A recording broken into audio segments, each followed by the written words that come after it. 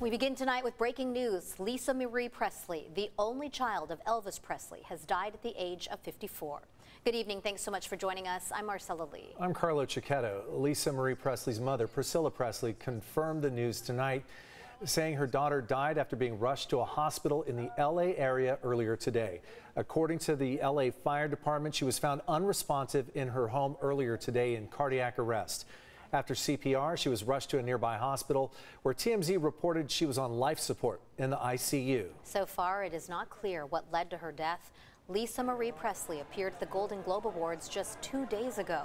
Again, Lisa Marie Presley, 54 years old, dead tonight. We will have more on this story on our social media platforms and on later editions of CBS 8.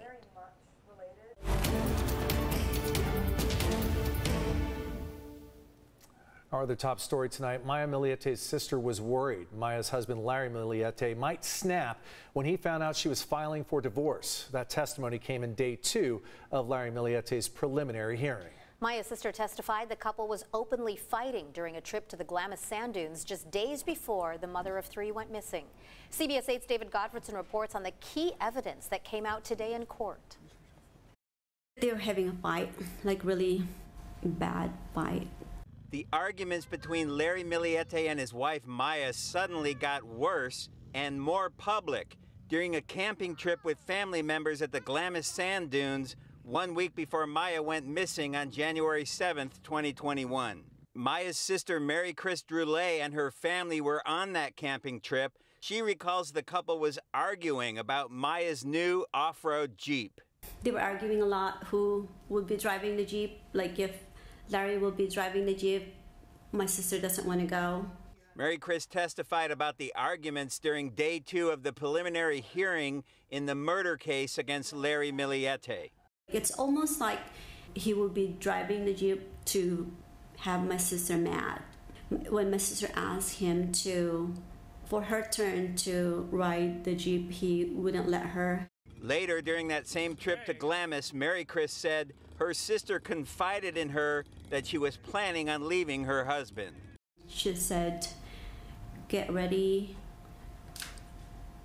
I'm going to file for divorce, and it's going to be messy. So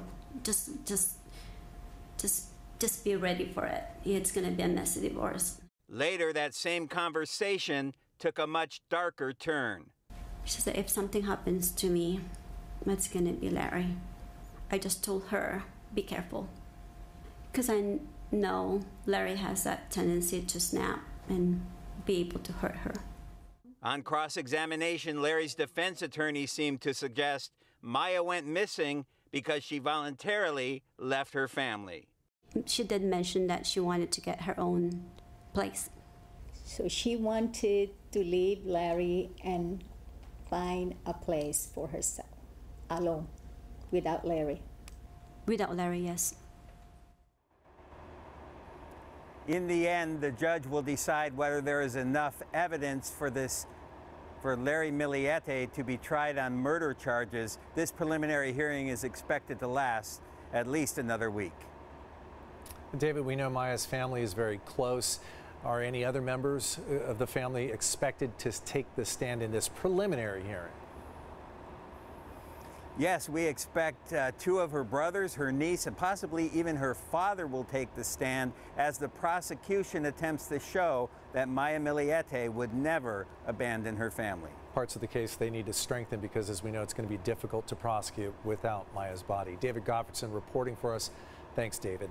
And our live team coverage will continue. Coming up new tonight at 6:30, more on what happened when Maya's sister, Mary Chris, was cross-examined by Larry Milliete's attorney in court today. A woman traveling to San Diego from Tijuana says she was shocked to find 2 people hiding in her trunk. San Diego police say she called them around 5 this morning, about 40 miles from the border. She told them she heard a strange noise and pulled over. Then she says 2 people, a man and a woman, jumped out of her trunk and ran away. Police are still looking for those people. Parents of an 18-year-old who drowned in Mission Beach and whose body was never found are searching for answers. The parents of Crawford High School graduate Woodlane Zache want the city to take responsibility for their son's death. In a legal claim obtained by CBS 8, The family says the city failed to put enough lifeguards on the beach that day and failed to warn swimmers about the dangerous rip currents and rough surf. Lifeguards and the Coast Guard searched for 3 days to recover Zache's body, but were unsuccessful. Head over to CBS8.com for more on the claim and the statement from the city. Tonight, Northern Californians are getting ready for another round of rain while still recovering from the last series of storms. Right now, thousands of people are still under evacuation orders, and at least 19 people have died from recent severe weather. The Bay Area and the Central Coastline were hit the hardest by days of heavy rain and powerful winds. We are not out of the woods yet. We had perhaps more air rescues than we've ever had on any other single day in the state's history. Now another storm is expected to move through over the weekend. A major concern will be the rivers that have either already flooded or are on the brink of flooding.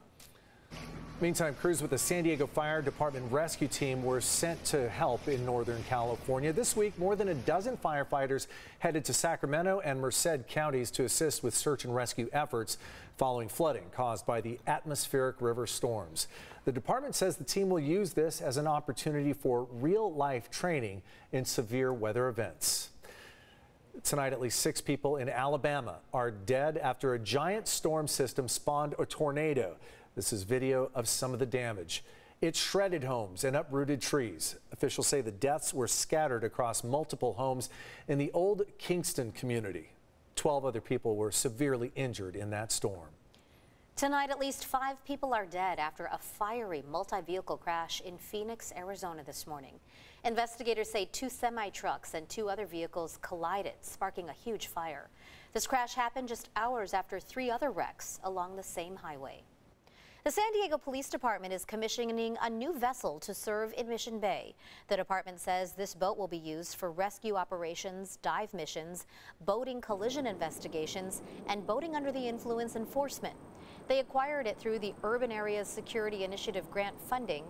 The vessel is 29 feet long and 10 feet wide and has a top speed of 55 miles an hour.